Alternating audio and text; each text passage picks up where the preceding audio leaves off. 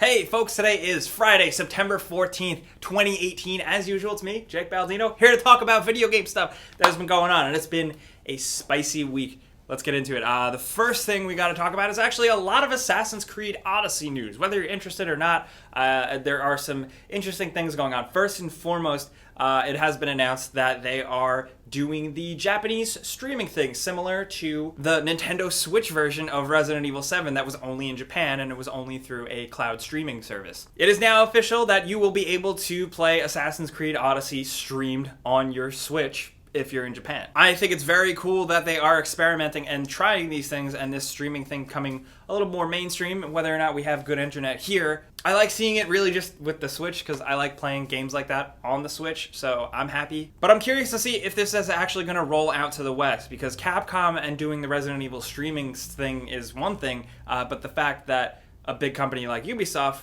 is doing it might mean it becomes a completely different thing entirely. Will we actually see games streamed to the Switch? I don't know for sure. We got a lot more to talk about Nintendo Switch-wise, but we'll get to that in a bit. The really big bit of news, though, is that Ubisoft has rolled out their roadmap for Assassin's Creed Odyssey and post-launch content. Basically, what they've said is that they want to keep you playing for the next 6 months after the game releases. Now, that's a tall order. That's a big challenge. Single-player games sometimes have issues with that. I do remember they did try with Assassin's Creed Origins with having like those bosses pop up that were really hard. Not everyone was crazy about those. I don't know if it took off as much as they wanted. Here they're going to be doing a lot more, like rolling out more DLC content while also populating the game with different enemies and mercenaries and ships that are timed, that are going to be more regular and less of a giant event. That, I guess, is their way of constantly putting things in the game and making it feel, or maybe roping in people to just continually play forever. I'm curious to see how stuff like that goes down, because there are plenty of games that can randomly generate stuff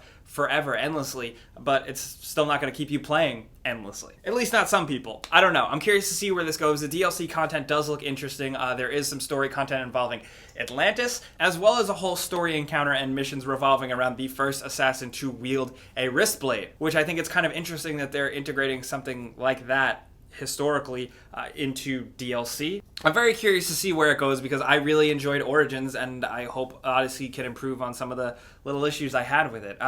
Meanwhile, they've also announced that they are remastering Assassin's Creed 3, which I'm kind of excited about because it runs like ass on PC right now. It's not as bad as everyone says. It's pretty bad. It's pretty bad, but like... It has one of the worst intros of any video game. What? Yeah. What? It's like 5 hours long. But it's so good. Atham not. Kenway is awesome.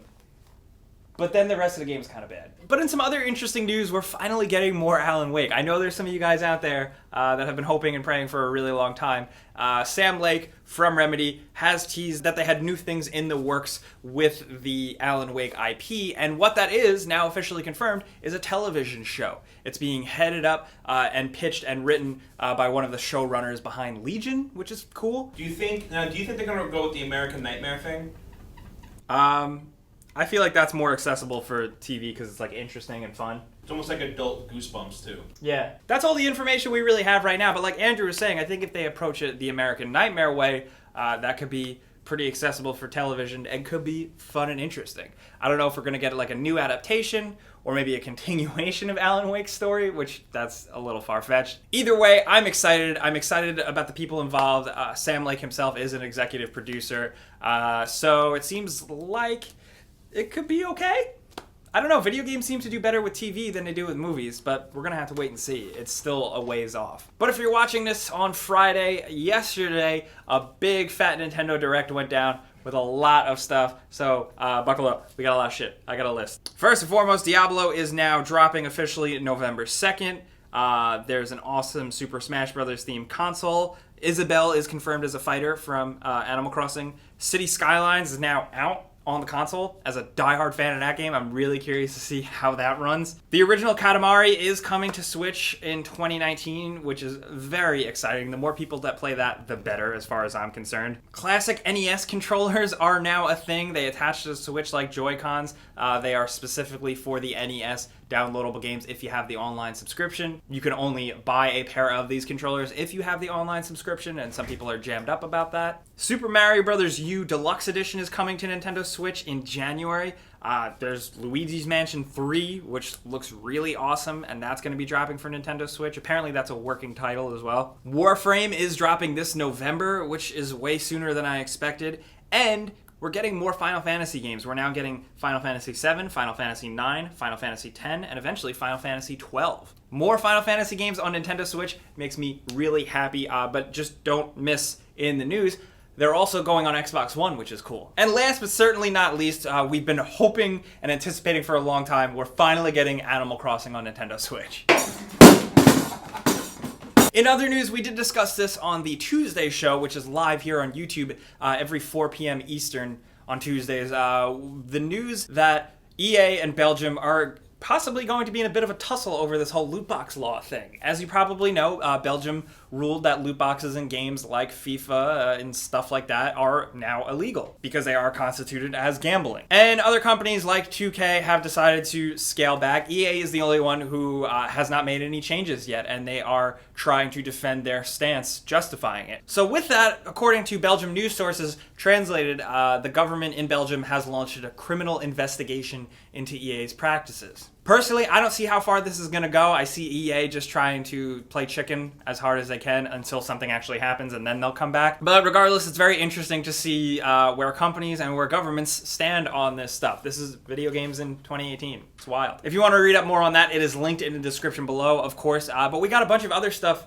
linked in the description below. A couple things you should definitely watch this week. The first is a kind of funny interview with Brian Intihar. This is the lead guy behind the Spider-Man PS4 game, which has been selling very well, and I personally really love it. This is a spoiler-filled interview, but he does go into detail about how the process worked with Sony and Marvel, and it's very interesting that he said that the game wouldn't exist without Sony. The fact that Sony came to them and said, hey, Insomniac, what Marvel game do you want to make? That with the fact that Sony was bankrolling it, but also giving them full, complete creative control, which is something I didn't expect, but he described the process, and it sounded like Insomniac and Brian Intihar was able to pretty much be trusted to do whatever they wanted. Really, if you play the game, or if you're just generally interested, I think it shouldn't be spoiled for you. Definitely play it first, but Kind of Funny did a good job. This is a fun conversation. Shout out to them. Check it out. Not only that, what we also have linked is a new Kingdom Hearts 3 trailer, which fans are going pretty crazy for. And then there's Project Judge. This is a new game being worked on by the Yakuza creators. It stars a real famous person from Japan, and it looks a lot like a Yakuza game with more of an emphasis on detective work and investigations, but thankfully they're still punching men in the street and killing people with bicycles and signs, which is something I really appreciate, and damn it, it's what I go to these video games for. But before we go, we gotta do that console giveaway we do every single week. You know how it goes by now. There's a link in the description. You click it to sign up, you enter once, then you're entered for good, and then every single week we go in to randomly choose one person to win a free console of their choice. And this week's winner is gonna be right here. Congratulations. Be sure to keep an eye on your inbox, your spam box, stuff like that, because we're gonna reach out to you to find out how we can send you your free stuff. And before I go, next Friday I will not be here. There will still be a Friday show. Don't know what that's gonna be like, but keep your eyes peeled. Why are you guys laughing? Oh, it's gonna be something. I also do have a more in-depth video talking about my thoughts on Spider-Man on youtube.com/JakeBaldino if you are curious. But now we definitely got to talk down in the comments. I want to hear what you guys are thinking about the stories this week. From the Nintendo Direct, there was a lot of stuff. If you are a Nintendo fan or a Switch owner, what are you looking forward to the most? Also, have you tried City Skylines on Switch yet? I really want to know how that runs. So reach out to me, let me know in the comments or on Twitter, Facebook, and Instagram at @JakeBaldino. Hit me up over there. But of course, I also want to know what you're thinking of that Kingdom Hearts 3 trailer, your thoughts on Spider-Man, and whether or not you're going to play Assassin's Creed Odyssey. Do you think their new initiatives that they outlined are going to be enough to keep you playing for so long? I think that's an interesting conversation, especially with single-player focused games. I don't really know where they can go, but let's talk about this stuff. Like I said, down there on social media or discord.gg/gameranx. But as always, like I say, thank you so much for coming around and watching us every Friday. Like I said, if you want more of us, we're Tuesdays live, 4 p.m. Eastern, if you're curious. But if you are new, it's worth subscribing and clicking that notification bell because YouTube is weird, but we do put out videos every single day. Damn it. These stupid lights. But as always, thanks for watching. We'll see you guys next time. Pizza's on me.